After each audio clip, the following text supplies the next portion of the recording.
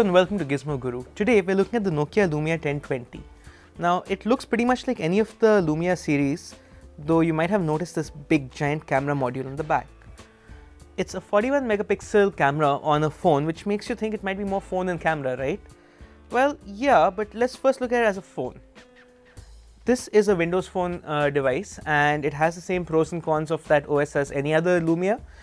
It has what I still feel is one of the most interesting looking interfaces, but it does take a lot of getting used to, and the major problem is the app ecosystem. The app ecosystem is still very sparsely populated. The big names from Android and iOS still haven't made the jump, and while Microsoft has done a good job in keeping out too many of Me Too apps, it still does have a small problem at that front as well. All this means that Windows Phone 8 still needs to develop a little more. Now, in terms of performance though, the 1020 is definitely all the way up there with any other flagship phone.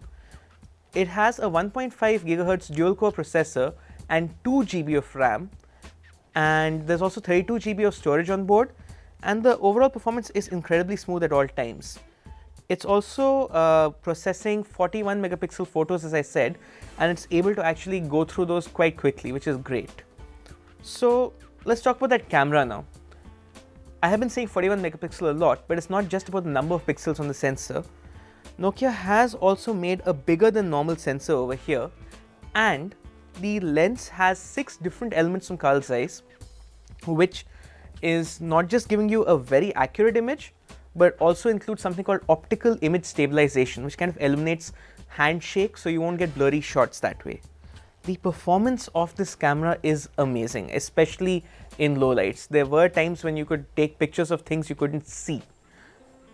At the end of the day though, that's not how most people are going to use the camera, but whether you're taking landscape shots or close-up macro pictures, it works great. You just call up the Pro Camera app by pressing the shutter button over here once, and it has a lot of features on top, letting you manually adjust things like the focus, for instance, by just moving on a wheel. It's very easy to figure out, and it works really smoothly. The camera takes pictures in both the 41 megapixel mode and in a smaller oversampled 5 megapixel shot, which increases clarity. So when you hit share on your phone to send the picture via email or through Dropbox or anything, it automatically sends a 5 megapixel one. To get the full size image, you still need to plug the phone into the computer, which is more than a little inconvenient. In fact, it kind of takes away the whole advantage of having it on a connected platform. Now, Nokia hasn't announced the price for this phone just yet. They're going to be releasing it on October 11th, and it's expected to be somewhere around Rs 45,000 or a little more, and that's a catch, because at that price you could either buy a full-frame DSLR and just have a much more versatile camera, or you could buy a nice Android phone for around 20,000 and a very nice point and shoot for also around the same amount of money.